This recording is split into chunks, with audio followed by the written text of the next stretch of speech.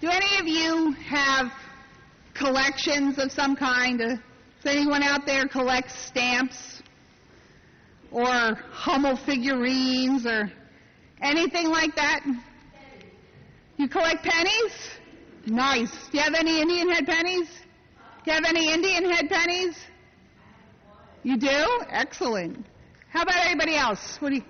Comic books. Why didn't I think of that? That should have been the first thing on my list. I don't have a physical collection of any kind, but in my head, I do make it a practice to collect drag queen names. And I have my favorites. Some of them are not mentionable, unfortunately, in a sermon setting, which is actually, I'll tell you a coffee hour if you want to hear my favorite one. But there are ones that are fit for a sermon, like Valvoline, which is mine. I came up with that, so thank you very much. That's not bad, right? But Rosemary, still, I have never heard one that tops antihistamine.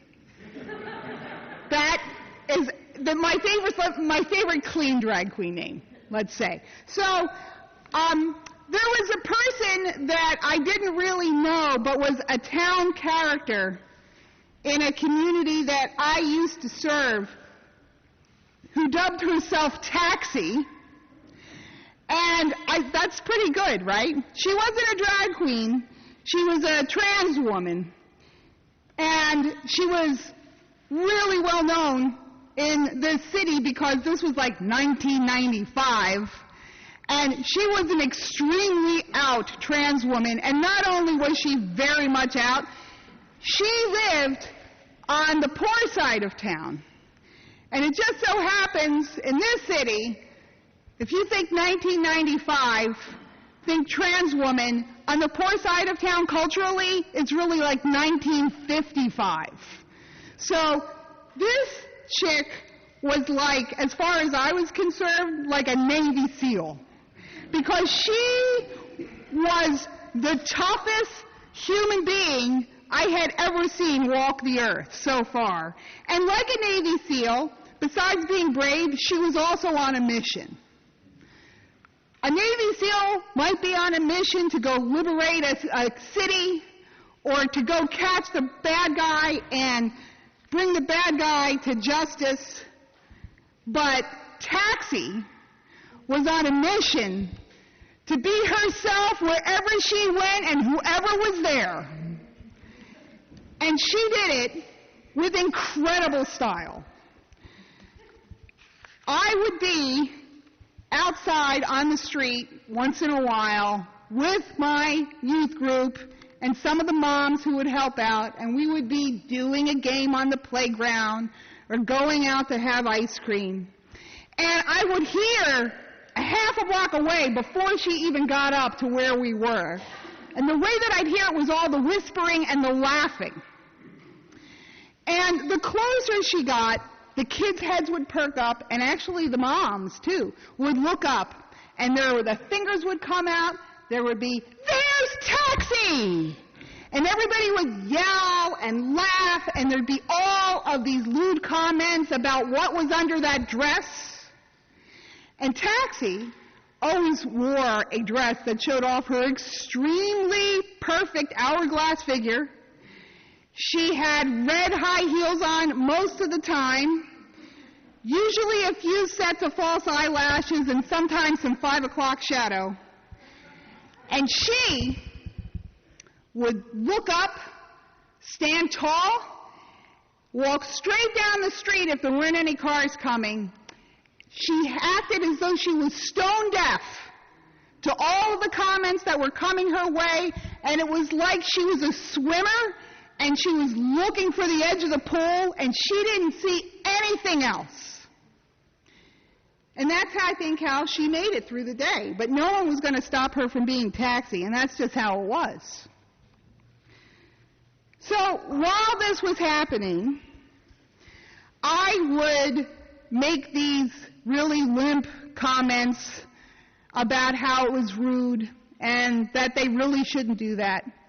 But they were barely audible over the general jeering and laughing that was going on. And my weak response always took a part of my own soul away from me for a couple of reasons. One was, I was only in that neighborhood because I very carefully positioned myself. I was tentatively accepted, and it was only conditional upon a few things. Condition number one was that I didn't raise too much of a stink and try to rustle things up. I have to accept the neighborhood as it is. Condition number two, they knew that that church across town with the rainbow flag out in June is the church that sent me, and that I had some kind of ambiguous relationship with this woman named Rosemary who lived up there. And that was fine as long as I kept all that kind of tapped down and to myself. And I really wanted to do this ministry, and I really wanted to have their trust. And so I kind of only whispered, or just softly suggested that maybe it was unkind to make those comments. That was the first thing. But then there was this deeper level of what was going on when I didn't tell everybody off for talking to Taxi that way and making fun of her in the streets. And this is what really was going on. This was the worst part. The only reason I was in that part of town to begin with was because I loved Jesus.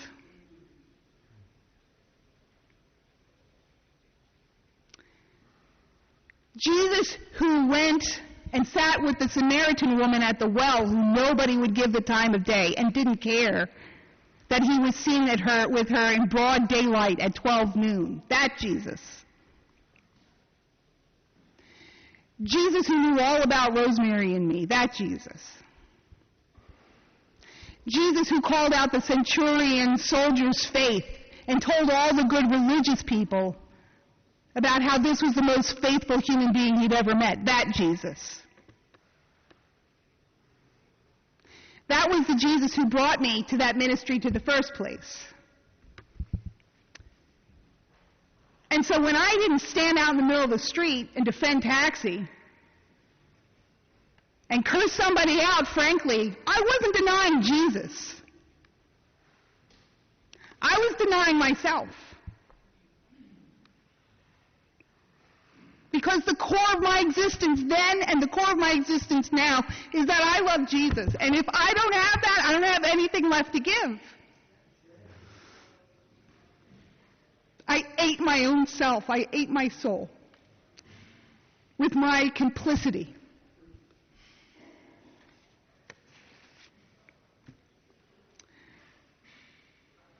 This morning, we tell the story of a few weeks after the crucifixion. It's focused mostly, at least the part I want to talk about, on Peter and Peter's relationship with Jesus. Peter, 3 weeks ago, when the one he loved more than anyone in the world was being arrested, was pretending like he didn't know who Jesus was, and he was warming his hands by a coal fire. And a woman looked and saw him and said, "Wait a second, isn't that the guy that used to hang out with Jesus?" And Jesus heard her and whipped around and said, "I don't know what you're talking about. I don't know who he is. Mind your own business." And his quick-fire denial kind of raised her attention a little more, and she said, "No, I really think it was you. I think you know who he is." And Peter denied it again. He said, "I don't know who you're talking to, and I have no idea what you're talking about, and I want you to leave me alone." And then the woman says, "I know it was you." And Peter says, "You don't know anything, and you don't know anything about me." Peter denies Jesus 3 times. I I feel like I know exactly what that was like. Peter did not really deny Jesus when he did that. He denied himself. He gutted himself. There was nothing left of Peter when he did that. So this morning, it's a few weeks later, Peter doesn't know what to do with his life anymore. Because he's forgotten who he was when he was with Jesus. He just knows that when he was with Jesus, he felt alive. But he can't go forward because of what he did. His identity isn't with Jesus anymore because he tore that out of himself. So he thinks, well, I can't go forward, so I guess what I'm going to try to do is go backward. Before Peter was following Jesus, he was a fisherman. So he decides, I might as well just try to go home and pick up my fishing job. And his friends go with him, and they get into a boat. And their experience is the same experience I've had when I've tried to go backwards, and I bet what you've had when you've tried to go backwards. It's fruitless. He can't go backwards. There's nothing there. There's no life for him there. He catches absolutely nothing. And then all of a sudden in the morning, out there on the horizon, there's this guy who starts walking up on the shore. And the beloved disciple recognizes him in the clearing. It's like, sort of familiar, but he can't quite place him. And the man yells out, "Children, how's your catch going?" Strange that this guy calls them all children when they're grown men. And it's like, well, not too well. We haven't caught anything. And Jesus says, well, why don't you put your nets over on the other side of the boat? I think you'll catch something if you do. And they let down their nets, and the nets get so full they can barely pull them up. The first miracle in the Gospel of John is the miracle at the wedding of Cana in Galilee. The first way we know who Jesus is because he takes these huge containers of water and turns them into wine. This is incredible abundance. And here in this story, when the disciples had no fish and suddenly their nets are too full to even pull them up, the beloved disciple, who I think is probably a little smarter than Peter, as I think maybe most people are, has a light bulb go on. He knows who this man is because of the abundance that follows him wherever he goes. And the beloved disciple yells, "It's Jesus!" And then there's this slapstick moment where Peter, who'd been naked because he was fishing, gets so excited he puts on all his clothes, and then he jumps in the water, and he swims to the shore to be with Jesus. And everybody has breakfast. And Jesus makes them breakfast over a coal fire. Don't you imagine the smell of that coal fire is more than Peter can bear?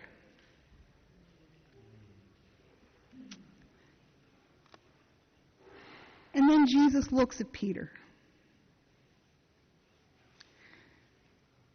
and says, "Peter, do you love me?"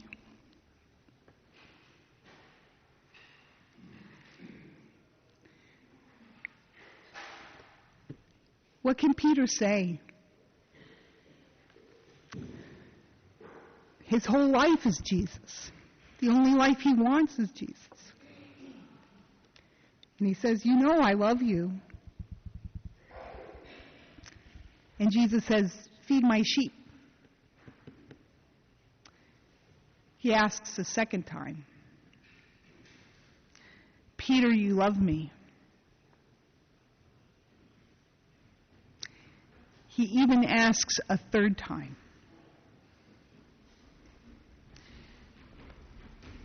When Jesus asks Peter 3 times, "Peter, do you love me?" He's not rebuking Peter. He's not shaming Peter. I think what Jesus is doing is he's giving Peter back himself. Because at that first coal fire, Peter denied Jesus 3 times. And at this coal fire, I think Jesus is restoring Peter to who he really is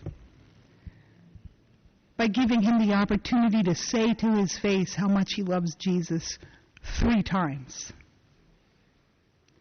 Peter has to be walked back into his life. It takes a few times. And what is forgiveness? Except restoring a person who's hurt themselves back to life. What Jesus is doing is not forgiving Peter for himself, but forgiving Peter so that Peter can be alive again. So he can live. So he can go forward instead of trying to go backward. And the end of the story is the beginning of the story. Because the last thing that Jesus says to Peter that restores him to life again is the first thing that he said to Peter, which is, "Follow me." Brothers and sisters, our real life is in God. And Jesus, especially in this text, does not promise Peter or anyone else that if you love him, your life is going to be comfortable, because it might not, probably won't. If you love him, your life isn't going to be full of danger, probably will. But what we know and what Peter knows and what I know is that despite all that, if you follow Jesus, you get to have real life. Let us go out into the world, the resurrected world at Easter time, fearing nothing but the loss of our own souls and denying him. Spread the gospel by being your whole self. Shine in that world that needs you most. And take a lesson from Taxi. Amen.